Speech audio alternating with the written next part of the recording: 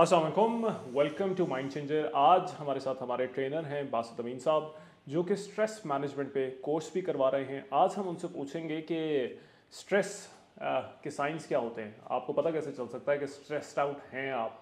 बहुत सारे लोग ऐसे हैं जिन्हें लगता है कि वो स्ट्रेस्ड आउट नहीं है, लेकिन एक्चुअली वो होते हैं।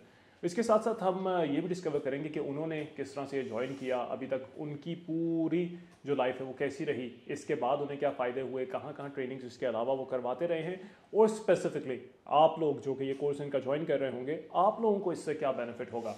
अस्सलाम वालेकुम सर। जी वालेकुम अस्सलाम। Thank you so much for your time. आपने इतना टाइम निकाला, आप आए यहाँ पे रिकॉर्डिंग के लिए। तो सर सबसे पहले सबसे एक बेसिक सवाल, अगर हम जैसे यहाँ पे भी 5-6 लोग बैठे हुए हैं, हम लोग कैसे आइडेंटिफाई कर सकते हैं कि स्ट्रेस है। सर बिहेवियर, आप स्ट्रेस से आप ये ऑपोजिट बंदे का पर्सन का बिहेवियर चेक कर सकते हैं या अपना खुद बिहेवियर देख सकते हैं कि आप रिएक्ट कैसे कर रहे हैं।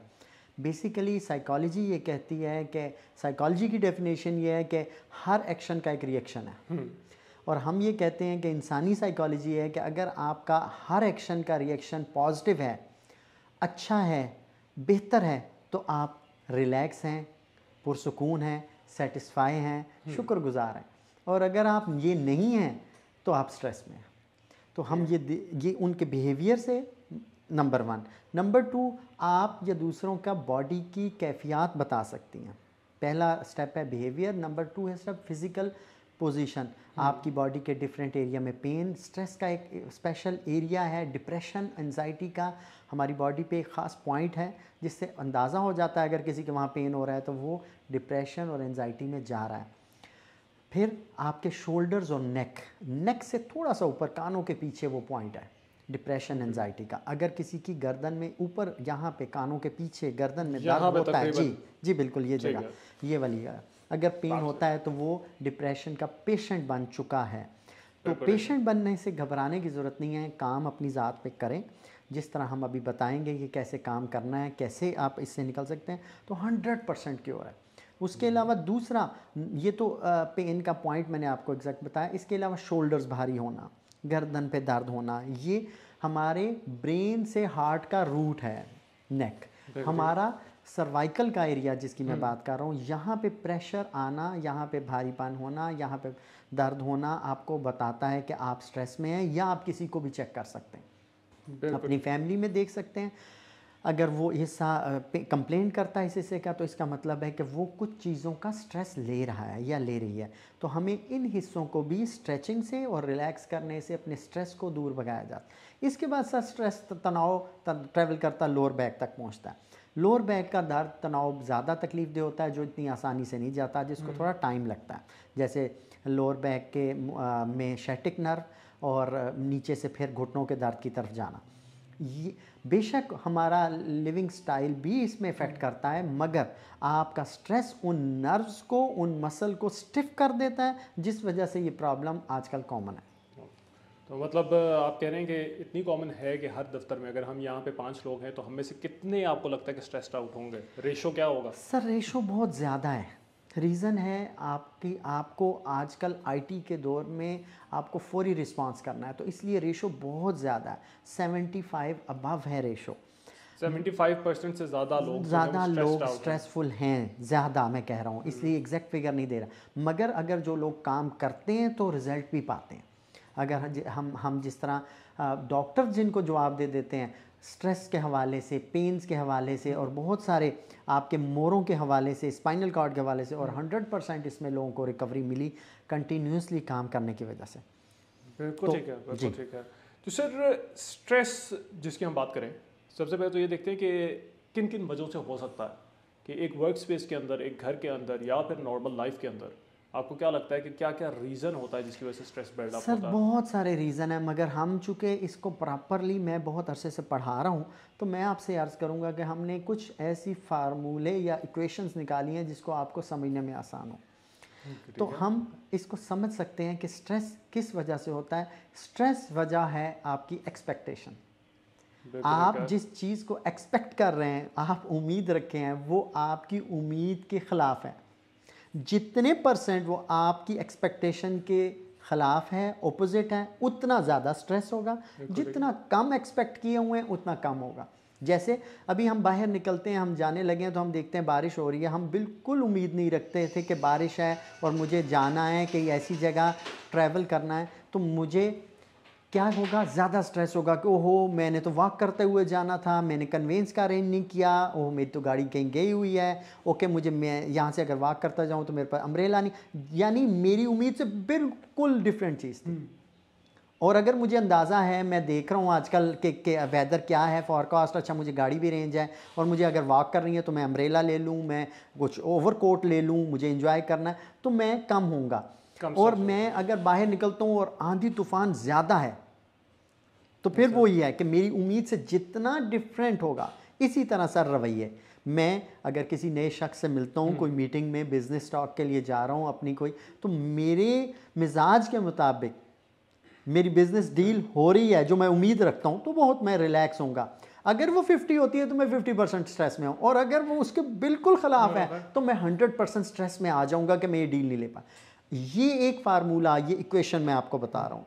आप कहीं भी जाने लगे हैं, आप अपनी एक्सपेक्टेशन को मतलब माइंडफुल रहें, दिमाग को क्लियर रखें, एक्सपेक्टेशन सर माइंडफुल इन मायनों में अभी हम नहीं लेंगे, यहाँ एक्सपेक्टेशन की बात, अभी हम एक इक्वेशन पे बात कर रहे हैं कि मैं उम्मीदें कम कर दूंगा। आसान अब बात करता हूँ, ठीक है, मैं उम्मीदें कम करनी शुरू कर दूँ, मैं लोगों से एक्सपेक्टेशंस कम कर दूँ, मैं ये फील करना कम कर दूं कि हाँ जी कल मैं जहाँ जा रहा हूँ मुझे मेरे मुताबिक 100% रिजल्ट मिलेगा। मैं ये रखूँगा कि 50-50 हो सकता है, हाँ भी ना। और यही तवक्कल है। अगर आप इसको समझें इस्लामी पॉइंट ऑफ व्यू से, तवक्कल क्या है कि अल्लाह पे यकीन करना कि कुछ भी हो सकता है। और एक मोमिन तवक्कल पे चलता है और कभी भी वो मोमिन, सच्चा मोमिन कभी भी स्ट्रेस में नहीं आता। बिल्कुल ठीक है, बिल्कुल ठीक। सर एक पहले हुआ करता था, हम लोग कहते हैं कि चलें एक प्रोफेशनल जो है इंसान वो स्ट्रेस्ड आउट है। अब आजकल के हम टाइम में जब देखते हैं तो बच्चे भी स्ट्रेस का शिकार हैं, स्कूल या एजुकेशन सिस्टम की वजह से, कभी कभी क्लासेस की वजह से, कभी बुलिंग की वजह से। तो एक दफ़ा ये होता जा रहा है हमारे साथ, हमारी सोसाइटी के अंदर आहिस्ता आहिस्ता कि बच्चे से लेकर बड़े तक सब स्ट्रेस्ड आउट हैं। एक इसी का फॉलो अप क्वेश्चन जिसकी तरफ आना चाह रहा हूँ वो ये कि आपको क्या लगता है कि हमारे स्ट्रेस जो हम अब स्ट्रेस्ड आउट हैं, इस पे टेक्नोलॉजी का कितना हाथ है, यानी कि सोशल मीडिया और उसके अलावा सेल फोन्स जो कि हम लोग यूज़ कर रहे होते हैं, इसका कितना हाथ है स्ट्रेस पे? सर बहुत बड़ा हाथ है। परसेंटेज तो मैं अभी देना इसलिए नहीं चाहूँगा क्योंकि और भी बहुत सारे अवामिल हैं, और हम ये बताते हैं सबसे बड़ा अवामिल आप खुद हैं। बिल्कुल ठीक है, सबसे बड़ा अवामिल आप खुद हैं, मगर टेक्नोलॉजी का बहुत बड़ा हाथ है। रीज़न क्या है कि ये आपसे फौरी रिस्पांस मांग रही है। आप यहाँ से ट्रैवल करके आउट स्टेशन जाते थे तो आपने शाम को जाके बताना होता था मैं पहुँच गया। अब आप हर लम्हा मैसेज कर रहे हैं, आप टेक्स्ट कर रहे हैं, आप कॉल कर रहे हैं कि मैं इस जगह पर हूँ, हाँ मैं पहुँच गया हूँ, हाँ मैं किसी के पास जा रहे हैं तो पहुँचने वाला हूँ। उसको भी हाई अलर्ट रखा हुआ है, अपने आप को भी, जहाँ पर भी हाई अलर्ट होगा।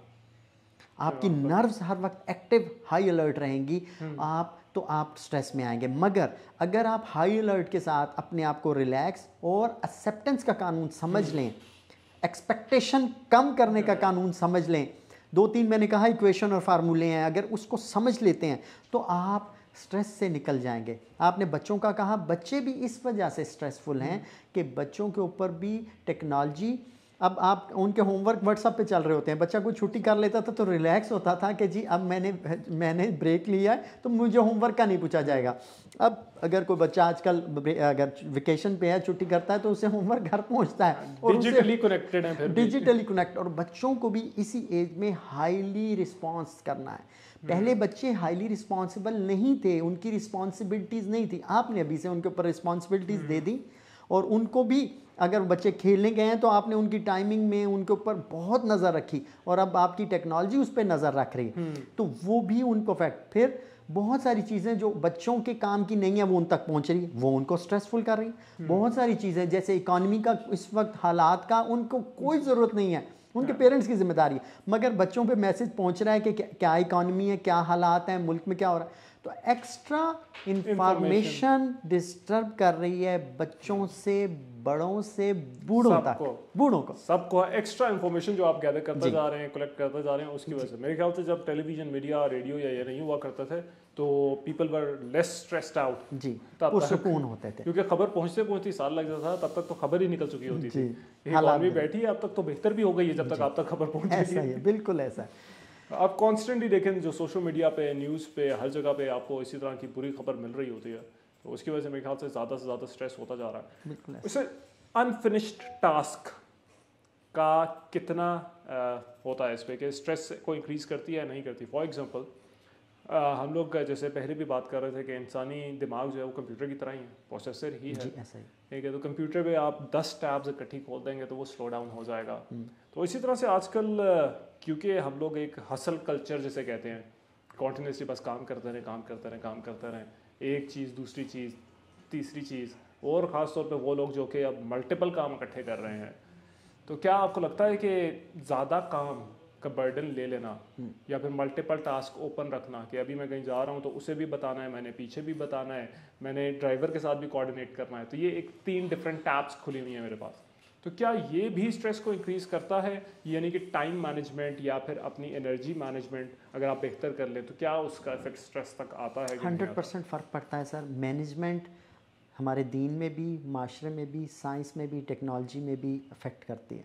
आप अपने मोबाइल को प्रॉपर मैनेज नहीं करते, उसको, उसके ऐप्स अपने हिसाब से, उसकी चीज़ें, अलार्म, उसकी लाइट सेट नहीं करते तो आप अफेक्ट होते हैं। और आप तो एक सुपर कंप्यूटर हैं, आप अपने आप को अगर टाइमिंग, अपनी चीज़ें मैनेज नहीं करेंगे तो नेचुरली फ़र्क पड़ता है। और अगर आप अपनी फाइल्स को, टैब्स को और मुख्तलिफ प्रोग्राम्स को ओपन रखेंगे तो वो नेचुरली आपकी रैम पर, आपकी हार्ड डिस्क पर लोड रखेगी, आपके ऊपर भारी रखेगी, तो अब भारी होना कंटिन्यूसली स्ट्रेस में ले जाता है, और कंटिन्यूसली स्ट्रेस डिप्रेशन और एंजाइटी में ले जाता है। तो करना क्या है, आपने काम से नहीं भागना, आप फरार नहीं हासिल करेंगे, आप फाइट नहीं करेंगे। एक फिनोमेना साइकोलॉजी में जाता है फाइट और फ्लाइट, मगर हम उससे भी आगे की बात करते हैं।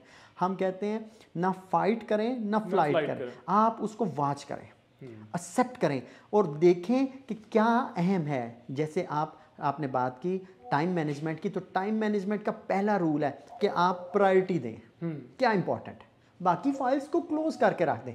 मैं डिलीट की बात नहीं करूंगा, मैं क्लोज करने की बात करूंगा, और हर क्लोज की भी फाइल आप किसी वक्त भी ओपन कर सकते हैं। अगर आप अपने टास्क को ओपन रखने की बजाय क्लोज करके आराम से, पहले ज़माने में जब बड़ी फाइल्स आती थी तो जिप फाइल कर लिया जाता, बिल्कुल ऐसे ही, तो जिप करके आप रख लें बैग में, और जब आपको ज़रूरत पड़े तो आप अपनी लिस्ट से उसको देख के ओपन कर सकते हैं। तो वो आपके नर्वस सिस्टम पे, अब हम आते हैं रैम से नर्वस सिस्टम पे, नर्वस सिस्टम को रिलैक्स रखेगा, हेल्दी रखेगा, कंफर्टेबल रखेगा, तो आप स्ट्रेस में नहीं जा पाएंगे। तो नर्व्स रिलैक्स होने से ओवरऑल बॉडी का पूरा सिस्टम, आपका इम्यून सिस्टम स्ट्रांग होगा, और आप मुख्तलिफ किस्म की आने वाली बीमारियों में आप उसमें अपने आप को स्ट्रांग फील करेंगे।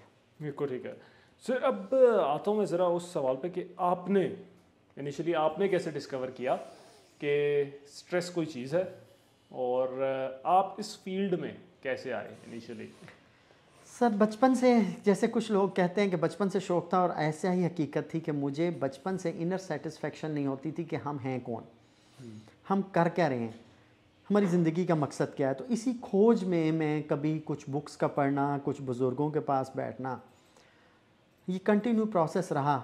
वालदा मेरी वालिद साहब कहती थी कि इसे किसी बुज़ुर्ग के पास ले जाएं ताकि इसको कोई रूट मिले, मगर बहुत कोशिश के बावजूद, टीचर और उस्ताद या रहनुमा की तलाश रहने के बावजूद नहीं मुलाकात हुई। कुछ ओल्ड बुक्स से कुछ बुक्स मिली, उसमें मैंने स्टडी करना शुरू किया कि माइंड क्या है, बॉडी क्या है, साइंस क्या है। तो कुछ ऐसी चीज़ें जो योगा से रिलेटेड थी, पता लगा कि योगा फिज़िकली बॉडी को, माइंड को और आपकी सोल को रिलैक्स करता, तो इसकी स्टडी शुरू की। मगर ये उस वक्त की बात है कि जब इंटरनेट इतना कॉमन नहीं था, हमें इंटरनेट पे इतनी चीज़ें नहीं मिल रही थी, तो ओल्ड बुक्स से कुछ बुक्स को लिया गया और उसको मैंने पढ़ा, मगर एक उस्ताद की तलब और तलाश शुरू हो गई। ये वो तलब थी सर, जिस तलब की वजह से मैं आज यहाँ बैठा हूँ, कि मेरे अंदर वो अर्ज़ थी और शौक़ था कि मैं इस चीज़ को समझूँ कि हम हैं कौन, हम कर क्या रहे हैं, क्या हम हर वक्त लड़े झगड़े खिजे चिड़चिड़े और हर वक्त इरिटेट होते हुए इंसान हैं? क्या ये ज़िंदगी है? ज़िंदगी का मकसद क्या है? ये मकसद था मेरा इसकी सफ़र की तरफ रवाना होना। और ये फिर प्रोसेस चलते चलते माशरे के, जैसे मैं भी एक कॉमन पर्सन हूँ, माशरे में डिफरेंट स्ट्रेसेस को देखते हुए मैंने इसकी तलाश आई। इस्लामाबाद में मैंने जहाँ पे भी लफ्ज़ योगा मेडिटेशन को देखा, वहाँ जाकर नॉक किया तो पता लगा कि वो फॉर्मेलिटी है, उस्ताद की तलाश। तो मैं अपने यहाँ उस्ताद का नाम लेना ज़रूर चाहूँगा। सबसे पहले मेरे उस्ताद हैं योगी शमशाद हैदर। इनका ताल्लुक़ फालिया से है और ये इस्लामाबाद में कुछ दिन के लिए आया करते थे। तो मेरी एक कोलीग जो मैं योगा की क्लासेस लेता था, उन्होंने मुझे इन टीचर को देखा और कहा कि हमें एक उस्ताद मिले हैं, आओ उनको चेक करते हैं। जब मैं उनके पास गया तो उनकी रहनुमाई से, उनकी तवज्जो से, उनकी शफ़क़त से चीज़ों को समझ आनी शुरू। जो मेरे अंदर क्वेश्चन थे सर, क्यों, क्या, कब, कैसे, जैसे हम कहते हैं ना 5W, तो वो उन सवालों के जवाब मिले। जब जवाब मिले तो फिर उस पर काम करवाया उन्होंने। काम करते करते अवेयरनेस आई। मगर योगा लफ्ज़ से मैं थोड़ा सा कंफर्टेबल नहीं था, इनर सेटिस्फेक्शन नहीं थी कि क्या हमारा दीन अफजल है, क्या योगा सबसे अफजल हो सकता है। तो जब मैंने इसकी स्टडी की तो पता लगा कि हमारे दीन में मेडिटेशन का बहुत अमल दखल है। जो लोग मेडिटेशन में बैठते हैं वो उन्होंने बहुत ज़्यादा चीज़ों को पाया, इवन के निर्वाण तक पहुँचे, अपने आप को एनलाइटमेंट तक ले गए। बहरहाल योगा में माइंड, बॉडी और सोल तीनों चीज़ों का कम्बिनेशन है। माइंड के लिए ब्रीदिंग, बॉडी के लिए स्ट्रेचिंग और सोल के लिए मेडिटेशन। और फिर ये जाना कि इसका स्टेप कैसे हैं, इसको कैसे फिर इसको चलाया। और मेरे उस्ताद ने मुझे बहुत जल्दी उस्ताद बना दिया। अच्छा। मैंने उनसे कहा कि सर मैं इस काबिल नहीं हूँ। उन्होंने कहा अब आफ्टर 6 मंथ मेरे टीचर ने अपनी चेयर पे, अपने पोजीशन पे मुझे बिठाया और कहा अब आपने क्लास लेनी है। तो मैं जब क्लास दे के एंड किया तो मैंने अपनी स्टूडेंट्स को कहा कि मेरी ये फ़र्स्ट क्लास थी। तो सब हैरान हो गए कि आपकी फ़र्स्ट क्लास नहीं लगती थी। रीज़न क्या थी? उस्ताद की एनर्जी, तवज्जो और शफ़क़त। जब आपको एक उस्ताद मिलता है, ये मैं आपको क्लियर करना चाह रहा हूँ कि सर इल्म का ताल्लुक़ उस्ताद और रहनुमाई के साथ बहुत अहम है। अगर आप किसी भी चीज़ को वाकई समझना चाहते हैं तो उस्ताद की रहनुमाई के बगैर आप उसको हासिल नहीं कर सकते। अल्लाह पाक ने अपने पैगंबरों के थ्रू अपने इल्म को फैलाया। एक किताब, इल्हामी किताब डायरेक्ट भी पहुंचाई जा सकती थी, मगर उसके लिए उस्ताद भेजे, उसके लिए बताए कि क्वेश्चंस का आंसर दे सकें। तो उस्ताद का किसी भी चीज़ को समझने के लिए बहुत ज़रूरी है। तो मेरे उस्ताद ने मुझे यहाँ तक रोका नहीं। उसके बाद सर मैंने ये देखा कि हमने माइंड, बॉडी, सोल को समझ लिया।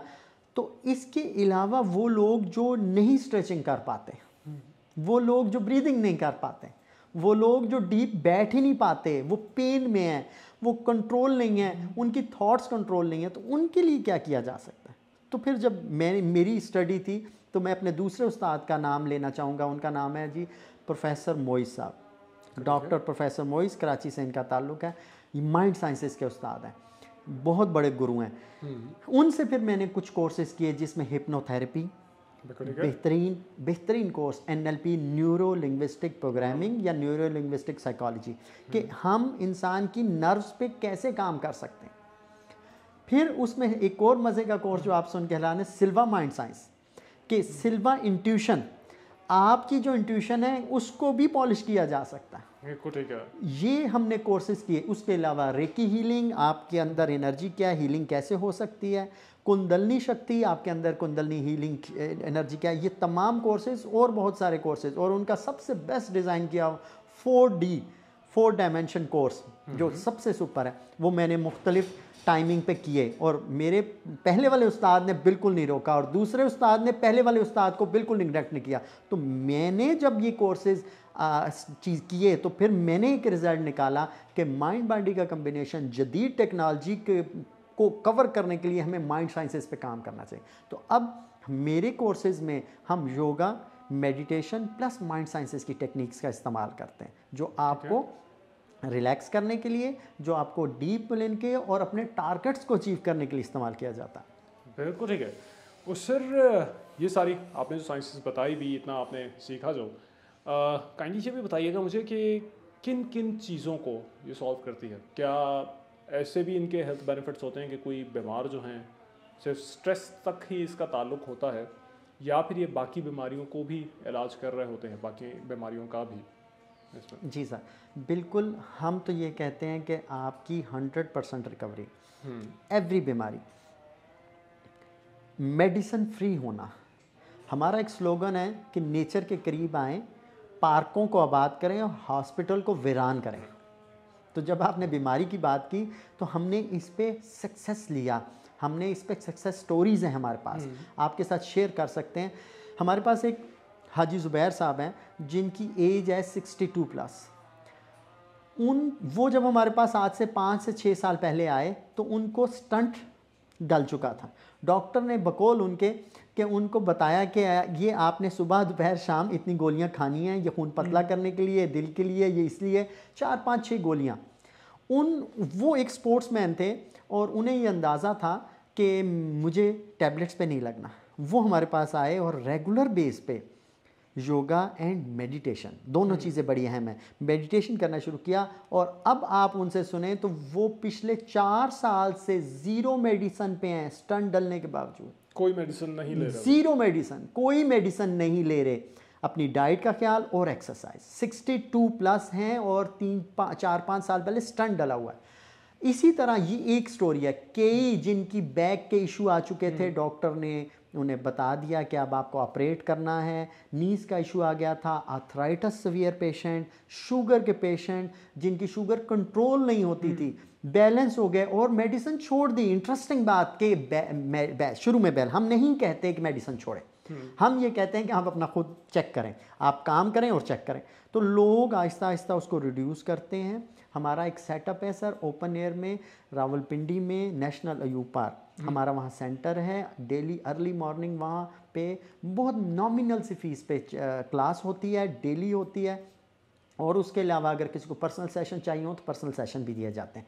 मगर अगर रेगुलर ओपन एयर में अर्ली मॉर्निंग नेचर के करीब लोग आए हैं और लोगों ने 100% बीमारियों से रिकवरी की है।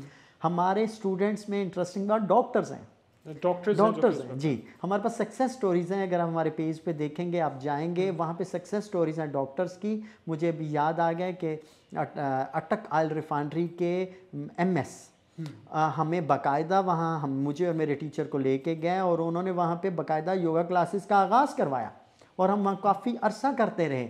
अटक ऑयल रिफाइनरी का जो सेटअप है वहाँ कॉलोनी है, बहुत बड़ा सेटअप है। तो मैं वो अर्ज़ कर रहा हूँ। इसी तरह बहुत सारे मेरी पर्सनल जो स्टूडेंट हैं, एक स्टूडेंट मैं अपना जिक्र करना चाहूँगा, अल्लाह पाक उनको सेहत दे, नज़रबद से बचाए।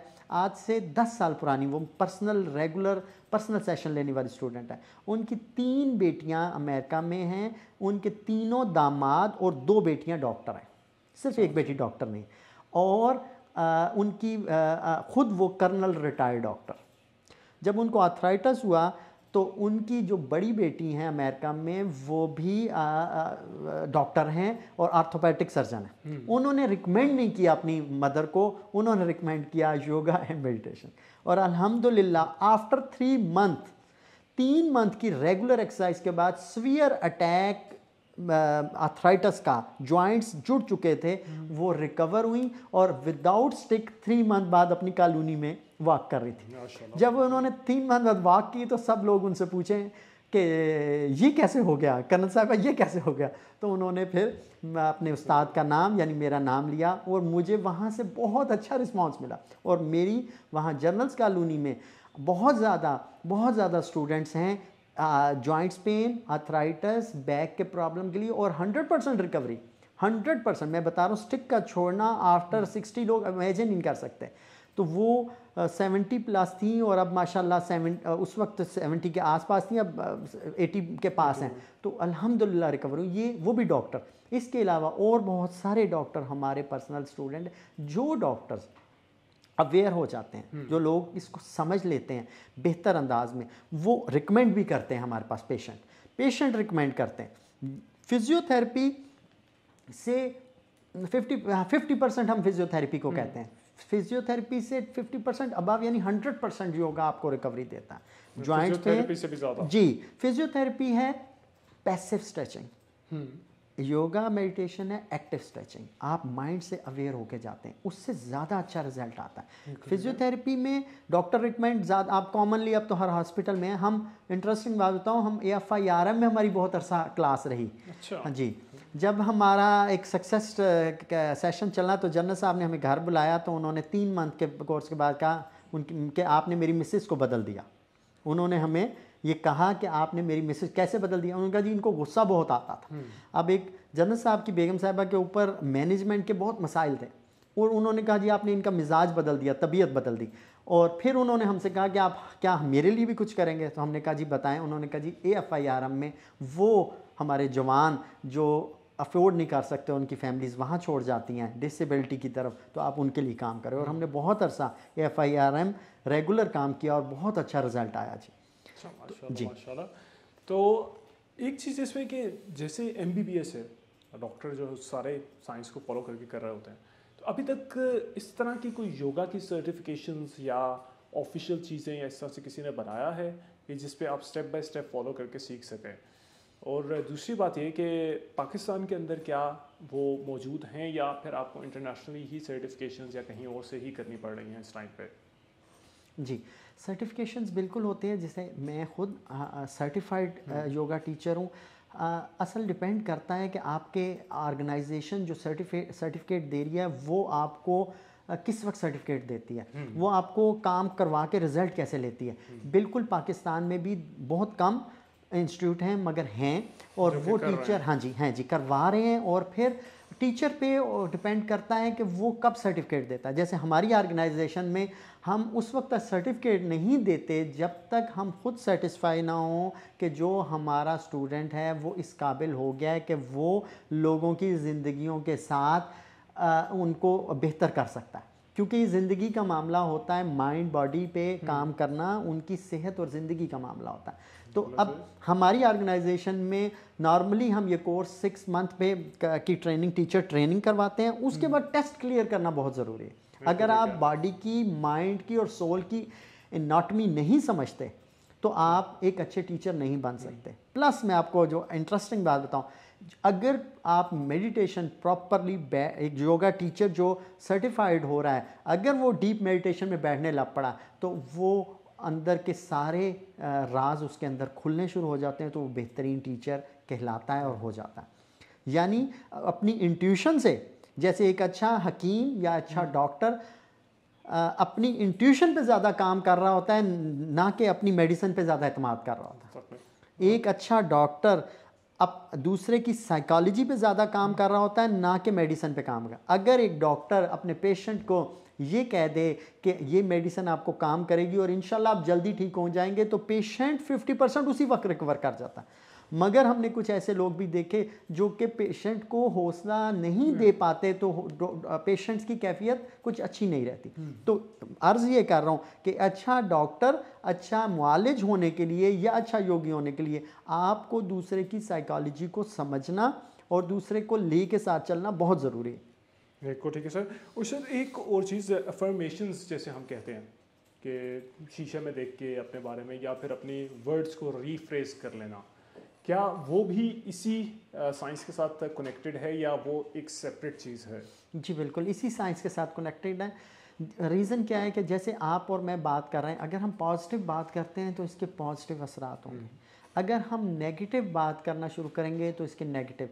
हर लफ्ज़ की अपनी एक एनर्जी होती है, हर अल्फाज के एक अच्छे असरात होते हैं, हर इंसान की अपनी एक एनर्जी होती है और हर इंसान का अपना एक ओरा होता है। ओरा का मतलब है कि आपकी बॉडी के चारों तरफ एक ख़ास एनर्जी होती है और वो एनर्जी कुछ अल्फाज बोले बगैर भी आपको अफेक्ट कर जाती है। कुछ लोग अपने गिर्द या अपने अंदर एनर्जीज पॉजिटिव लेके जाके किसी एक नए रूम में जाते हैं तो लोग खुद ही उसको स्माइल और खुशी का इजहार करते हैं और सुकून फील करते हैं। कुछ लोग भारी होते हैं और स्ट्रेसेस और बीमारियां लेके जा रहे होते हैं, वो जो ही एंटर होते हैं तो लोग उनसे इरिटेट होते हैं। तो पहला स्टेप है सर आपके अंदर की अपनी एनर्जी को प्योरीफाई करना। जैसे मैंने अभी तो इसी से पहले कहा, मेडिटेशन में आप अंदर से प्योर होते हैं, प्लस आपके अल्फाज का चुनाव, प्लस आपके अल्फाज। जैसे आप किसी बंदे को एग्ज़ाम के जाने के लिए अगर ये बात कहते हैं कि तुमने तैयारी सही नहीं की, तुम तो मुश्किल है, टफ पेपर होगा, तुम पास होना मुश्किल है तुम्हारा, तुमने तो पहले भी कभी नहीं कामयाबी हासिल की, तो उसके अल्फाज उसके ब्रेन पे, नर्वस सिस्टम पे, उसके मोराल को डाउन करके असरअंदाज होके उसकी लॉ ऑफ अट्रैक्शन के रूल के तहत एनर्जीज को वीक कर देंगे। अब वो लिखते हुए उन अल्फाज को माइंड में रखते हुए फील कर रहा होगा तो मैं कमज़ोर इंसान हूँ, मैं नहीं कर सकता। बरक्स इसके आप उसको जाने लगे कहें कि आपने पढ़ा नहीं मगर अपनी क्वालिटीज़ पे को उजागर रखें, आप हिम्मत रखें, जितना आता हुआ रिलैक्स होकर लिखें, मगर अपने माइंड और दिल को रिलैक्स रखते हुए लिखें। जो करोगे वो ही अच्छा होगा और जो होगा बेहतर होगा, और जो करता है अल्लाह करता है, तो वो ज़्यादा क्या बहुत ज़्यादा चांसेस हैं कि वो सक्सेस हो के आए। तो अल्फाज का इस्तेमाल पॉजिटिव माइंड के सेट के साथ। इसी तरह अपनी ज़ात के लिए अफर्मेशन का आपने जिक्र कहा, अपने आप को बूस्ट अप करना, अपने आप को देखना, अपने आप को अल्फाज कहना, और अपने अल्फाज के साथ कायनात की एनर्जी से अल्फाज को, कायनात की एनर्जी से अल्फाज को स्प्रेड करना और लेना आपको कामयाबी की मंजिलों की तरफ ले जाता है। बिल्कुल ठीक है। तो मतलब जो आपका सक्सेस है वो भी बेस्ड है काफ़ी हद तक इन्हीं चीज़ों पर है कि आपका जितना माइंड क्लियर होगा, जितना आपका सोल क्लियर होगा, जितने आप रिलैक्स्ड होंगे, उतने ही आपके सक्सेस के चांसेस भी 100% सर। एक मैं पहले भी जिक्र कर चुका हूँ, एक मूवी का डायलॉग है, और मैंने ये डायलॉग मूवी से सुना और मैंने इसको देखा कि बहुत अच्छा डायलॉग है। वो डायलॉग है ऑल इज़ वेल। उसमें बताया गया कि जब आप कभी परेशान हो तो अपने दिल के ऊपर हाथ रख के हल्का सा हौसला दें और कहें कि ऑल इज़ वेल। वो सामने वाला पूछता है तो इससे क्या होगा, सिचुएशन बदल जाएगी। उसने कहा नहीं, सिचुएशन को फेस करने का आपको हौसला आ जाएगा, और बिल्कुल हकीकत है सर। और इसको मैंने एक ओल्ड मेडिटेशन की बुक में पढ़ा और मैं हैरान रह गया। ओल्ड बुक मुझे एक मिली और मैंने उसको स्टडी किया, उसमें ये सेंटेंस एज इट इज़ लिखा हुआ था, ऑल इज़ वेल। तो बाहर की ममालिक की बहुत सारी मूवीज़ बड़ी रिसर्च के बाद बनती हैं और साइकोलॉजी को देख के बनती हैं, और ये सेंटेंस वाकई लोगों की ज़िंदगियों में बदलाव ले आया।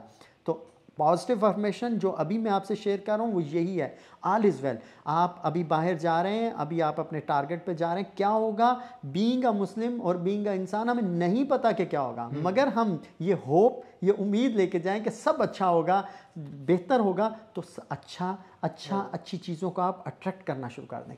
इंटरेस्टिंग बात पूरी कर दूं, अगर कोई नेगेटिव पर्सन आ भी जाता है, आपके पॉजिटिव अल्फाज, आपकी पॉजिटिव वाइब से वो अपना माइंड चेंज कर लेता है, वो भी चेंज हो जाएगा। आपका बॉस या आपका कोलीग आपके साथ नाराज होके नेगेटिव बात करने आ रहा है, रिजेक्ट करने आ रहा है, आपका काम कंप्लीट नहीं करने आ रहा, तो आपकी पॉजिटिव वाइब्स आपकी और आपके अल्फाज का चुनाव उसके उस इरादे को खामोश भी कर सकता है और पॉजिटिव भी कर सकता है।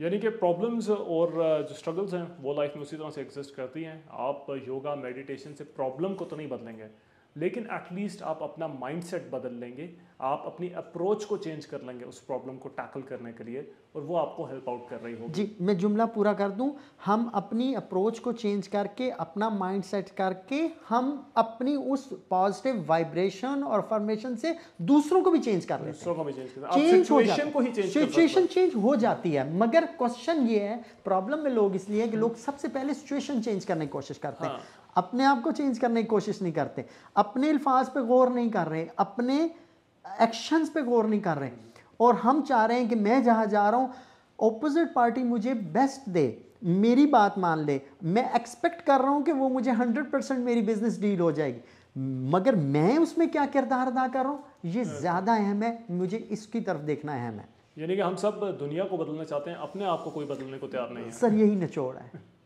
योगा, मेडिटेशन, माइंड साइंसिस की तमाम टेक्निक इसी चीज़ पे है कि आपने अपनी ज़ात पे काम करना है, अपने आप को बदलना है। और अगर मैं एक ख़ास जुमला अब बोलूं वो है अपने आप को देखना। जब तक आप अपने आप को देखेंगे नहीं, आप किसी को सही मायनों में नहीं देख पाएंगे। बिल्कुल, मेरे ख्याल से आजकल की दुनिया में जितना हम लोगों का काम, जितना स्ट्रेस, जितनी चीज़ें हम लोग टैकल कर रहे होते हैं एट द सेम टाइम, वो सब में हमारा हो सकता है कि फोकस काम पे बाकी लोगों में बहुत ज़्यादा हो, लेकिन नज़रअंदाज जिसे हम कर देते हैं वो अपना आप है। 100%। वो सब के अंदर हम बाकी सब चीज़ें समेटने के चक्कर में अपने आप को नज़रअंदाज कर देते हैं। ऐसा ही तो योगा मेडिटेशन का हम लोगों का सबसे पहला रूल है कि सबसे पहले अपने आप को खुद को देखना शुरू करें। खुद को देखेंगे तो तभी आपको बाकी लोग भी नजर आना शुरू होंगे। तो हम यहाँ पे एक सेंटेंस बोलते हैं, देखना, जानना और फिर जाने देना। हम रिएक्ट इसलिए करते हैं कि हम उस चीज़ को देख ही नहीं रहे, हम उसको जान नहीं रहे। आपकी तरफ मैं अगर बॉल उठा के फेंकता हूँ और आप उसको हिट कर देते हैं तो वो वापस मेरी तरफ बाउंस बैक हो जाएगा। मैं आपकी तरफ जो चीज़ फेंक रहा हूँ आप उसको देखें, क्या पता ये आपके काम की चीज़ है, उसको जानें और फिर जाने दें। यही अगर प्रैक्टिस अगर हम सीख लें अपनी रोज़मर्रा ज़िंदगी में, जैसे मैंने आपको शुरू में कहा कुछ कोटेशंस हैं, ये कोटेशन भी एक बहुत आला फार्मूला है, देखना, जानना और जाने देना। हम बहुत सारे गम, बहुत सारी परेशानियां, बहुत सारे स्ट्रेसेस, बहुत सारी दुख, बहुत सारे पेन्स लेके बैठे हुए हैं, उसको हम देख ही नहीं रहे, हम उसको जान ही नहीं रहे और उसको जाने नहीं दे रहे। हम कैरी करते जा रहे हैं, हमने कैरी किया हुआ है। जैसे मैंने अपनी फिस्ट बना ली, मैं इन चीज़ों को बहुत अरसे से अगर पकड़ के बैठा हूं तो मैं इसी तरह बंद हो गया हूं, मैं नई चीज़ नहीं ले पाऊंगा। आप मुझे देना चाह रहे हैं मगर मेरे हाथ तो बंद है, तो मैं क्या करूंगा, मैं इसको देखूंगा, जानूंगा और जाने दूंगा और हल्का कर लूंगा। अब मेरे पास और चीज़ें आने के मौके बन गए, मेरे पास अपॉर्चुनिटी है कि मेरे हाथों में या मेरे माइंड में या मेरे दिल में या मेरी पूरी बॉडी पे आने वाले और अनासर और अच्छी चीज़ें आ सकती हैं। मगर मैंने अपनी बॉडी को अगर सुकेड़ा हुआ है, स्क्वीज़ किया हुआ है, तो मैं हर आने वाला नया इवेंट, नए वाक़े पर रिएक्ट कर रहा हूँ, फौरी तौर पर बाउंस बैक कर रहा हूँ, क्योंकि मैं ऑलरेडी स्टिफ हो चुका हूँ। तो मुझे पहले लाइट करना है, मुझे हल्का होना है, मुझे छोड़ने की आदत डालनी है, मुझे ग्राउंडिंग की आदत डालनी है, मुझे अपने आप को हल्का करना है, फिर मैं एक नई चीज़ को देखूंगा, जानूंगा और फिर जाने दूंगा। तो हम इसको सर मेडिटेशन में प्रैक्टिस कराते हैं, और ये प्रैक्टिस जब मेडिटेशन में हो जाती है तो फिर आप चलते फिरते आपके सामने आपका कोलीग, आपका सबॉर्डिनेट, आपका बॉस, कोई भी, देखिए तीनों मुख्तलिफ फैक्टर हैं, आपका बराबर का है, आपसे छोटा या बड़ा, आके आपको सख्त अल्फाज गुस्से का इजहार करता है। आप देखते हैं, जानते हैं और फिर जाने देते हैं। रीज़न क्या है कि जब तक आपने देखा नहीं, आप अपना माइंडसेट लेके आ रहे हैं, आपका है, आप उसको कहते हैं इसने पहले भी गलतियां की, गलत बात कर रहा है, आप फौरी रिएक्ट करते हैं, उसको फायर कर देते हैं। आप साथ वाले कुलीग को अच्छे अल्फाज नहीं यूज़ करते, बॉस के साथ आप फौरी गुस्सा कर, तो आपने किसी भी एक्शन, मैं फिर बता रहा हूँ, किसी भी सिचुएशन में, आपने ऑफिस का जिक्र किया, घर का जिक्र किया, आपने अपने बिजनेस का जिक्र किया, जॉब का जिक्र किया, आपने बच्चों का जिक्र किया, स्टूडेंट का जिक्र किया, एवरी सिचुएशन हमें देखना है। और याद रखिए, जब भी आप कभी स्ट्रेस में आए, आप उसको देखने से मुराद फेस करना है। मैंने कहा फाइट और फ्लाइट के ऊपर की बात कर रहा हूँ मैं, आप उसको फेस करना जानेंगे तो आपके दिल से फियर निकल जाएंगे। अगर हम फाइट करते हैं तो हम खुद तकलीफ में आ सकते हैं, हमें खुद भी चोट लगेगी ना किसी फाइट में, और अगर हम फ्लाइट कर जाते हैं, भाग जाते हैं, तो हम फियर लेके भाग जाएंगे। वो क्या था, वो क्यों था, वो ये था। हम अपने माइंड में एक नई फाइट करेंगे, तो करना क्या है सर, हमें फेस करना है। आपका बॉस है, आपका बराबर का कोलीग है या आपका सबॉर्डिनेट है, आपको देखना है, जानना है और फिर जाने देना। अब जाने देने में मैं यहाँ लफ्ज़ यूज़ करूँगा कि स्ट्रेटजी अपनानी। अब आपने स्ट्रेटजी अपनानी कि क्या रिस्पांस देना है, क्या वो कह रहा है, बाहर उसको नुकसान पहुँचा है, वो एक मुश्किल ट्रैफिक से फंसा आया तो इसलिए रिएक्ट कर रहा है, तो आप थोड़ा स्पेस देंगे, फिर आप अपना काम करेंगे। तो हमने एक मैनेजमेंट की में स्ट्रेटजी देखी थी कि जब भी बॉस आए या बाहर से कोई बंदा आया तो उसको 5 to 4 मिनट स्पेस दें। तो ये वही स्ट्रेटजी है कि आप स्पेस दें ताकि वो इस माहौल से, इस एनवायरनमेंट के साथ थोड़ा सा कूल डाउन हो जाए। अब आप, हाँ जी, तो आप पूरी रिएक्ट करेंगे, देखेंगे ही नहीं, जानेंगे ही नहीं, आप अपने चैनल पे चल रहे हैं। और अब पहला स्टेप हमने कहा अपने आप को देखना, जानना। दूसरा स्टेप है बाहर एनवायरनमेंट में देखना, जानना। तो ये दोनों चीज़ें इंटरलिंक है सर। अगर आप अपने ही अंदर घूम रहेंगे, बाहर नहीं देखेंगे तो रॉन्ग हो जाएगा, तब भी गलत हो जाएगा। और आप सिर्फ बाहर देखते रहेंगे, अपनी तरफ नहीं देखेंगे, तब भी गलत होता रहेगा। तो ये दोनों चीज़ें इंटरलिंक है। देखो ठीक है सर। एक बहुत सारे लोग जो हैं वो इसे योगा को या मेडिटेशन को लिंक अप करते हैं बुद्धिज़्म के साथ या हिंदुज़्म के साथ। तो इसके पीछे क्या है, और इस्लाम का मेडिटेशन और योगा के बारे में क्या कहना है? सर इस पे मेरी रिसर्च है। मैं जब खुद योगा में गया तो मेरा अंदर से ज़मीर ये नहीं मुतमईन था कि बुद्धिज़्म से इसका ताल्लुक़ है, हमारे दीन से अपोजिट है। तो मैंने मुख्तलिफ़ मुफ्ती हज़रात, उलमा इकराम, मुख्तलिफ़ मसालिक के रिसर्च की, तो उसमें उन्होंने ये क्लियर बताया है। हमारे बहुत बड़े आलिम दीन है, मैं नाम अभी नहीं लूँगा, मुख्तलिफ एक मुफ्ती हैं जो टीवी चैनल पे बाकायदा फतवे देते हैं, उनका भी है हमारे पास क्लिप। इसके अलावा हमारे एक और पाकिस्तान में मशहूर आलिम दीन है, वो बाकायदा योगा करते हैं। उनका कहना ये है कि अगर आप अपनी सेहत के लिए कहीं भी मज़हब के अलावा या किसी भी मज़हब से सेहत के लिए चीज़ यूज़ करते हैं और उससे हमारा दीन का कन्फ्लिक्ट नहीं है तो जायज़ है। जैसे मैं आपसे पूछता हूँ कि कॉमन सी बात है, आपको पेन हो गया, आपको बुखार हो गया, तो एक कॉमन है आपके पास पैनाडॉल पड़ी है। मैं आपसे क्वेश्चन करता हूँ, ये पैनाडॉल किस मुस्लिम, किस मज़हब, किस क्रिश्चियन, किस यहूदी, किसने बनाई है? बताइए। किसी भी मज़हब। मगर आप उसको क्यों यूज़ कर रहे हैं? आप तो मुस्लिम हैं। आप इसलिए उसको यूज़ कर रहे हैं कि वो आपको सेहत देगी, इसका दीन से ताल्लुक़ नहीं। इसी तरह अगर हम योगा से लेके स्ट्रेचिंग करें, जो कि योगा के पोसेस तमाम नेचर से लिए गए, एनिमल से और नेचर में चीज़ों को देख के दिए गए, तो वो उसको उन्होंने डिज़ाइन किया और आम पब्लिक तक पहुंचाया, उसको बाकायदा प्लान किया और आम पब्लिक तक लेके गया। उससे क्या हुआ कि लोग हेल्दी होना शुरू हुए। इसी तरह मेडिकल साइंस आज कहाँ पहुंच गई, मगर उसमें महरम ना महरम का फ़र्क है, मगर दीन क्या कहता है कि ना महरम बामरे मजबूरी इलाज की गर्ज से टच भी कर सकता है और इलाज भी कर सकता है। इसी तरह सर अगर आपको लगता है कि कोई चीज़ इसमें चैंटिंग या ऐसी बोली जाती है तो आप उसका इस्तेमाल ना करें। तो मैंने इस पर रिसर्च की, तो योगा में कुछ ऐसा नहीं है जो हमारे दीन से कन्फ्लिक्ट करे। योगा में तीन, वैसे तो इसकी बहुत सारे हिस्से हैं, कुछ मेन 7 हिस्से हैं, मगर हम 3 पे बात करते हैं कि 3 चीज़ें हैं, breathing, stretching and meditation. Stretching ऐसे ही है जैसे आपका स्पोर्ट्समैन, आपका खिलाड़ी अपने आप को स्ट्रेच करता है। ब्रीदिंग ऐसे है जो कि आप सांस ले रहे हैं, ब्रीदिंग ऐसे है कि आप सांस ले रहे हैं और आप उसको प्रॉपर सिस्टमेटिक तरीके से लें। आप उसको, इंटरेस्टिंग बात बताऊं, लेने के अलावा निकालना भी सीखें। हमने सांस लेना ही सीखा, तो यहाँ बताया गया कि अच्छा सब चीज़ें अगर लेते रहेंगे, निकालेंगे नहीं, तो आप प्रॉपर बैलेंस नहीं होंगे। तो ब्रीदिंग हमारे माइंड को, बॉडी को और ओवरऑल हमें बैलेंस करती है। तो बहुत सारी टेक्निक है जिसका हम अभी कोर्स में भी प्रॉपरली करेंगे, जो हमारे ब्रेन को, हमारे नर्वस सिस्टम को बैलेंस भी करेगी, स्ट्रांग भी करेगी, अवेयर भी करेगी। तीसरी चीज़ सर मेडिटेशन है। मेडिटेशन मुराकबा हमारे बुजुर्गान दीन कुछ मसालिक में, मसलक में हमारे बाकायदा करवाया जाता है। कुछ मसलक वाले इसको नहीं मानते, वो उसको डिफरेंट अंदाज से करते हैं। कुछ लोग इसको ऊंची आवाज़ से मेडिटेशन करते हैं, कुछ अल्फाज चैंटिंग करते हैं। कुछ लोग सांस के साथ मेडिटेशन करते हैं, सांस का भरपूर इस्तेमाल। कुछ लोग खामोश होकर मेडिटेशन करते हैं। और अगर आपने पूछा कि हमारे दीन में क्या है, तो प्यारे नबी हज़रत मोहम्मद मुस्तफ़ा सल्लल्लाहु अलैहि वसल्लम जब 38 इयर्स के थे, 40 साल पे वही आने से 2-3 साल पहले गारे हिरा में जाके बाकायदा मेडिटेशन करते थे।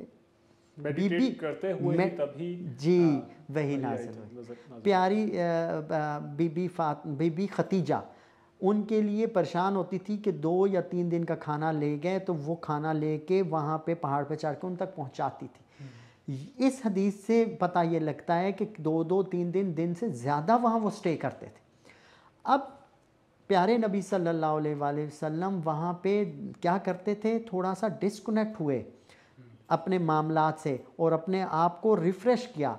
वो पैदाइशी नबी थे और उनके लिए ये चीज़ें हमारे अक्ल और माइंड में नहीं आती कि क्यों ज़रूरी थी, मगर इसीलिए ज़रूरी थी कि जब आप और हम कभी मुश्किल में आएँ या आप और हमने कोई मेन बड़ा प्रोजेक्ट शुरू करना है, जब वो ऐलान करना था 40 ईयर के बाद, तो आपको थोड़ी देर अपनी एनर्जीज़ को बहाल करना है, अपने आप को एनर्जाइज करना है, अपने आप को मज़ीद बैलेंस की तरफ ले जाना है। तो ये हमें एग्जाम्पल मिलती है प्यारे नबी सल्लल्लाहु अलैहि वसल्लम से। बिल्कुल ठीक है सर। बहुत मतलब इस्लाम में भी इस तरह के एग्जांपल्स हैं कि आप मेडिटेट करें और तभी आपको बेहतर कर रहे होंगे। हमारे नबी से जो एग्जांपल आपने वैसे शेयर की।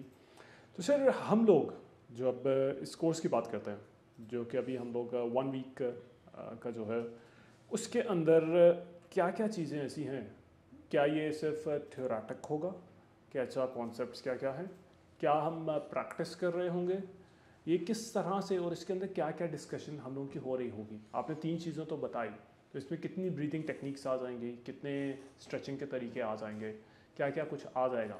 सेकेंडली इसी के साथ काइंडली मुझे ये भी बताइएगा कि किस एज से किस एज तक के लोगों के लिए ये है कोर्स। जी, स्टार्ट लेते हैं सर एज के हवाले से। तो जो बच्चा 5 साल का है, अगर आप उसको स्कूल भेज रहे हैं तो उसको हम ये चीज़ें स्कूल के लेवल, क्योंकि वो लर्निंग प्रोसेस शुरू हो गया है, अगर आप उसको ये चीज़ें बेसिक्स पे सिखा दीजिए तो आप देखेंगे कि उसकी ज़िंदगी बहुत ही सुपर नॉर्मल हो जाएगी।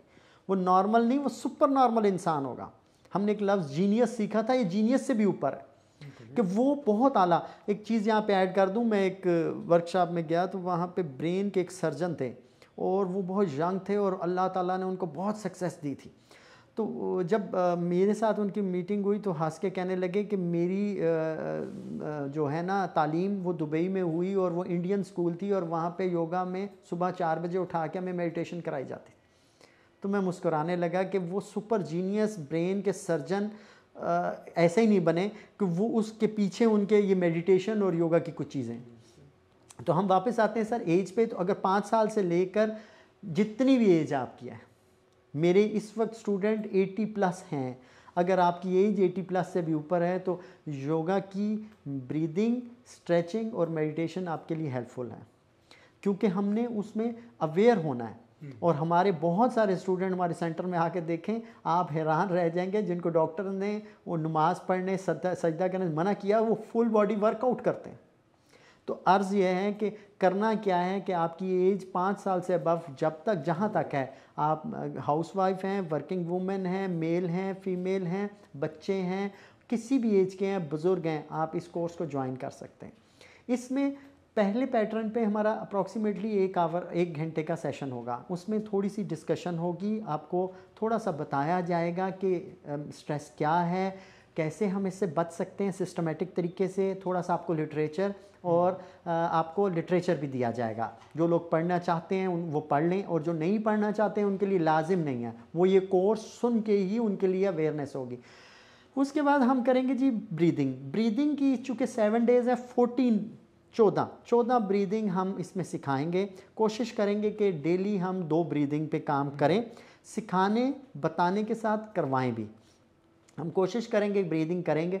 ये 14 ब्रीदिंग इसलिए रखी गई हैं कि हर ब्रीदिंग में हर बंदा नॉर्मली कंफर्टेबल नहीं होता, उसका बॉडी स्ट्रक्चर, उसकी प्रॉब्लम, उसके स्ट्रेस। तो हम ये देखेंगे कि आपको 3 से 4, आपने अपनी ज़िंदगी में 4 कम से कम ब्रीदिंग हिस्सा बना लेनी है कोर्स करने के बाद। तो आपको हम 12 बताएंगे, और सम टाइम सिचुएशन पे भी ब्रीदिंग की जाती है। जैसे कुछ गर्मियों की ब्रीदिंग है जो आपको आपके अंदर कूल डाउन करती है, सर्दियों की कुछ ब्रीदिंग है कि आपको सर्दी लग रही है तो आप वो ब्रीदिंग करेंगे। गर्मियों में जिगर और एक्नी बच्चियों को हो जाती है, उसके लिए कुछ ब्रीदिंग है कि आपकी स्किन को और आपके ब्लड को प्योरीफाई करती। तो इस तरह की कुछ ब्रीदिंग बताई जाएंगी। प्लस आपको मेंटली तौर पर रिलैक्स करने की ब्रीदिंग, बैलेंस करने की, शुगर और ब्लड प्रेशर को बैलेंस करने के लिए, एंजाइटी को बैलेंस करने के लिए कुछ ब्रीदिंग। तो मैं इसलिए 14 ब्रीदिंग का इसमें जिक्र कर रहा हूँ कि कुछ ब्रीदिंग कुछ लोग कंफर्टेबल नहीं होते, क्यों कि प्रैक्टिस नहीं है।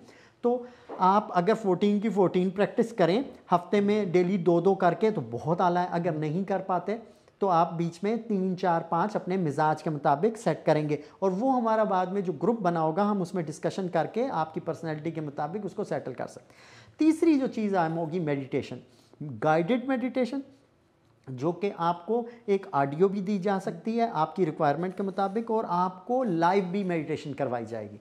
अगर लाइव मेडिटेशन में लोग कंफर्टेबल हुए तो हम करवाएंगे, अगर कुछ लोग अगर कंफर्टेबल नहीं हो पाते तो हम उनको रिकॉर्डेड भेज देंगे दिन में 1 बार।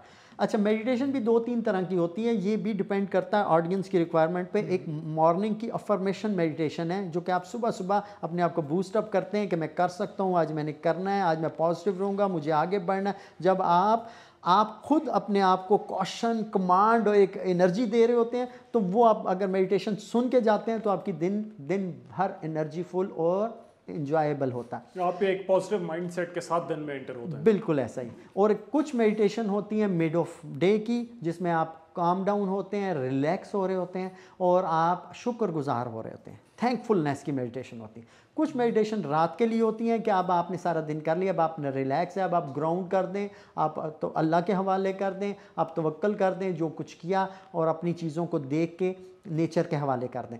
तो हम तीनों तरह की मेडिटेशन प्लस और भी बहुत टाइप की अफर्मेशन कि अगर आप कोई चीज़ टारगेट ज़िंदगी में चाहते हैं, आप चाहते हैं कि आप एक अच्छा मुकाम पाएँ, आप चाहते हैं कि अच्छा बिजनेस कर पाएँ, अच्छा चाहते हैं अच्छी जॉब पाएँ, आप चाहते हैं कि अच्छी अर्निंग करें, आप चाहते हैं कि आपको शोहरत मिले, आप चाहते हैं कि आप अपने घर में इज़्ज़त पाएँ, आप चाहते हैं कि आपको एक सुकून मिल जाए, आप चाहते हैं कि आप बीमारियों से दूर हो, तो इस तरह की अफर्मेशन वाली मेडिटेशन भी आपको प्रोवाइड की जाएंगी आपकी रिक्वायरमेंट के मुताबिक। अगर लोग इंटरेस्ट रखेंगे, डिपेंड करता है लोगों के इंटरेस्ट पे, तो हम उनको रिकॉर्डेड भी देंगे और उनकी ख्वाहिश के मुताबिक हम बीच में इसका हिस्सा बनाएंगे। प्लस जो मेरी फेवरेट मेडिटेशन है सर, वो है guided deep meditation, just relax, सिर्फ रिलैक्स होना। ये मेडिटेशन जब आप रिलैक्स होते हैं तो बहुत सारी आपकी सोई हुई सलाहियतें एक्टिव होती हैं और आपको भी नहीं पता आपके अंदर क्या कुछ अल्लाह ताला ने दिया हुआ है, आपको क्या क्या सलाहियतें दी हैं, आपको फोर फादर से क्या क्या डाटा मिला हुआ है और आप क्या क्या कर सकते हैं। तो जब आप कुछ नहीं करते, जस्ट रिलैक्स होते हैं, तमाम थॉट्स को छोड़ देते हैं, तो वो आप खुद ही ग्रूम अप होते हैं, खुद ही बिल्ड होना शुरू होते हैं, खुद ही निखरना शुरू होते हैं, खुद ही पॉलिश होना शुरू होते हैं, खुद ही चमकना शुरू होते हैं। जैसे हमें बहुत गर्मी लगी हो, हमारी बुरी हालत हो, तो हम जाके शावर लेके आ जाते हैं तो हम एक हल्का फील करते हैं। तो ये एक शावर भी ब्लेसिंग ऑफ शावर की मेडिटेशन भी है। तो मेरी जो फेवरेट मेडिटेशन है वो है जस्ट रिलैक्स। आपको कुछ नहीं करना, अपने दिमाग कुछ को नहीं चाहिए, हाँ। मुझे कुछ नहीं चाहिए, मुझे बस हल्का होना है। जब मैं हल्का होऊंगा तो कायनात की एनर्जी, मेरे रब का नूर, मेरे रब की कायनात की दी हुई ताकतें मुझे खुद ही निखारेंगी। मुझे खुद नहीं पता कि क्या ये काम जो मैं कर रहा हूँ मैं सही है। मेरे जो ख्वाहिश है कि मैं ये टारगेट ले लूँ, मैं ये बिज़नेस कर लूँ या ये मुझे जॉब मिल जाए, क्या ये मेरे लिए बेहतर होगा? तो मैंने क्या करना है, मैंने अल्लाह के हवाले कर देना, मैंने रिलैक्स हो जाना। तो फिर खुद ही इंट्यूशंस आनी शुरू होती हैं। और कुछ एडवांस लेवल पे अगर हमारे कोर्स में कुछ लोग आगे गए तो हम इंट्यूशन मेडिटेशन करेंगे, जैसा मैंने जिक्र आपसे किया कि इंट्यूशन को भी पॉलिश किया जा सकता है। फिर हम टिपिकल चीज़ों पे बाकायदा अफर्मेशन भी सिखाते हैं, टिपिकल रिक्वायरमेंट पे। फिर आप उसको खुद देख लेते हैं अवेयरनेस के साथ कि क्या वो आपके लिए बेहतर है, आपकी इंट्यूशन आपको खुद अवेयर करती है। तो सर आपके दोनों सवालों का जवाब हुआ कि इसमें एज की कोई लिमिट नहीं है, इसमें हम तीनों चीज़ें करेंगे और लोगों की रिक्वायरमेंट के मुताबिक इसमें चीज़ें इम्प्रूव भी कर सकते हैं जो लोगों की रिक्वायरमेंट होगी। बिल्कुल सर। ये मेरे ख्याल से 7 डेज़ का होगा और उसके बाद जैसे हम लोगों ने डिस्कस किया ग्रुप के अंदर हम लोग डिस्कस साथ साथ करते जाएंगे जी, जैसे कि जो भी सवाल होंगे जी, लोगों के क्वेश्चन का आंसर दिया जाएगा ग्रुप में। एक टाइम टिपिकल रख दिया जाएगा कि इस टाइम के बाद हम उसके जवाब दे देंगे। दिन भर में वो क्वेश्चन करते रहें। कोशिश करें कि आपस में डिस्कशन ना करें, जो क्वेश्चन करना टीचर से करें ताकि चीज़ें क्लियर हो ज़्यादा बेहतर तरीके से आप गाइड कर सकें जी। तो मेरे ख्याल से मैं अपने ऑडियंस के लिए कुछ बेसिक से टेस्ट छोड़ के जाते हैं। अगर तो आप सबसे पहले तो ये देखें और याद करने की कोशिश करें कि आखिरी टाइम कब था जब आपका दिमाग कम्प्लीटली ब्लैंक था या आप रिलैक्स थे, आपके दिमाग में कुछ भी नहीं चल रहा था। अगर आपको लगता है कि उस ऐसे मौके को बहुत टाइम हो गया हुआ है तो फिर तो आपको बहुत शदीद किस्म से ज़रूरत है इस कोर्स की। और दूसरी बात यह है कि अगर आपको दिन में या कभी भी इस तरह से फील होता है कि आप स्ट्रेस्ड आउट हैं या काम आपके छूट रहे हैं, बहुत सारे काम करने होते हैं पर हो नहीं पाते, या आप बेशक पूरे दिन के अंदर किसी भी टाइम पे ये अपने जॉ को देख लें, अगर आपको लगता है कि आपने फ्लिंच किया हुआ है, या शोल्डर्स को आप देख लें कि वो टाइट हुए हुए हैं, सबसे आसान तरीका तो बल्कि यही है कि अभी आप वीडियो देखते वक्त ही एक दफ़ा तो अपने शोल्डर्स को रिलैक्स करें, जॉ को रिलैक्स करें, नेक को रिलैक्स करें। तो आपको तब जाके पता चलेगा कि आप कितना स्ट्रेस कॉन्टीन्यूसली साथ कैरी कर रहे होते हैं। हर वक्त हम स्ट्रेस में होते हैं लेकिन हम लोग फील नहीं कर रहे होते हैं और वो एक्चुअली पूरे आपके ब्लड फ्लो के अंदर नेगेटिव एनर्जी से सारा कुछ पुश करता जा रहा है। ये दो चीज़ें आप ऐसे करके देखें और अगर आपको लगता है कि इसमें कुछ है तो please join the course. Basit साहब जो हैं आपको इंशाल्लाह उस पर गाइड करेंगे। सर एक पॉइंट और, अगर आप देखें कि आप क्या खुश हैं, अल्लाह ताला ने जो आपको चीज़ें दी हैं आप उस पर मुतमईन खुश हैं, अगर नहीं है तो फिर भी आपको इस कोर्स को ज्वाइन करना चाहिए। अल्लाह ताला ने हमें बहुत सारी चीज़ें हैं और हमारी उसकी तरफ तवज्जो नहीं है, हम बेचैन हैं, हर वक्त घबराहट है, हम सेटिस्फाई नहीं हैं, तो फिर भी आपको ये कोर्स ज्वाइन करना चाहिए। ये आपके अंदर सेटिस्फेक्शन लाएगा, आपको अवेयर करेगा कि सेटिस्फेक्शन कैसे ली जा सकती है, और आप अगर कोशिश करेंगे तो इंशाल्लाह सेटिस्फेक्शन आपको मिलेगी और आपकी ज़िंदगी बदल जाएगी। इंशाल्लाह इंशाल्लाह उम्मीद मैं यही करूँगा कि इससे हम लोग के जितने भी स्टूडेंट्स हैं उन्हें भी बेनिफिट होगा, वो एक अपनी ज़िंदगी के अंदर, अपनी रोज़मर्रा ज़िंदगी के अंदर एक मेजर चेंज नोटिस करेंगे। Hopefully will see you in the class. और से ये स्टार्ट हो रहा है मेरे ख्याल से 6 फेब से ये स्टार्ट हो रहा है, 7 फेब से, सॉरी मेरे ख्याल से 7 फेब से ये स्टार्ट हो रहा है। 7 डेज़ का ही ये कोर्स होगा। You can register for it right now. और इसके बाद भी हम लोग को वैसे तो पैचेस आते रहेंगे और हमारी कोशिश होगी कि हम ज़्यादा से बेहतर तरीके से आप लोगों को बता सकें और आपका स्ट्रेस, एंगर और ये सारी परेशानियां जो हैं इसे कंट्रोल कर सकें और you start to live a medicine free life, कि बीमारियों से फ्री और दवाइयों से भी फ्री आप लाइफ गुजार सकें। बासित साहब से आप लोगों के जो भी सवाल हों प्लीज़ आप नीचे कमेंट्स के अंदर मेंशन कर सकते हैं। We drought those questions to him और वो इंशाल्लाह टाइम टू टाइम आपको जवाब देते रहेंगे। इसी तरह से हम उन्हें बासित साहब को दोबारा रिक्वेस्ट भी करेंगे सर कि आप इसी तरह से एक दफ़ा कोर्स जब कंप्लीट होता है तो दोबारा भी ज्वाइन करें, किसी स्टूडेंट को भी बल्कि ऑन बोर्ड लाएँ ताकि हम उनसे भी पूछ सकें कि उनका एक्सपीरियंस कैसा रहा, उन्होंने क्या क्या सीखा और उनके पिछले एक वीक में या एक मंथ के अंदर उनके अंदर क्या पॉजिटिव चेंजेस आए। तो उससे आपके जो भी सवाल हो please mention those in the comments below. हम लोग इस तरह की वीडियोस इंशाल्लाह बनाते रहेंगे जिसमें आपके जितने भी सवाल हैं वो टाइम टू टाइम एड्रेस होते रहेंगे। So thank you so much for your time, thank you for being here. इंशाल्लाह जल्द ही हम दोबारा कनेक्ट करेंगे। अल्लाह हाफिज़। अल्लाह।